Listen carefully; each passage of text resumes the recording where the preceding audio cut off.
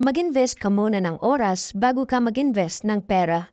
Merong tatlong uri ng tao. Una ay ang taong walang goal at palagi nilang sumasabay sa kung ano ang madalas na ginagawa ng karamihan. Pangalawa ay ang taong merong goal pero walang ginagawa para matupad ang goal na yon. At pangatlo ay ang taong merong goal at tinatrabaho ang kanyang goal araw-araw. Lahat ng mga successful na tao ay merong goal at execution. Inuuna nila ang investment sa kanilang sarili bago sila nagsimulang mag-invest ng pera. Naglaan muna sila ng mahabang panahon para mag-develop ng skills at kumuha ng karunungan sa kanilang karanasan at sa ibang successful na tao. Isang patunay na dito ay ang nagawang pag-aaral ng psychologist na si Anders Ericsson na kung saan ay natuklasan niya na kailangan mo munang maglaan ng 10,000 hours bago ka magiging master sa kahit anumang larangan.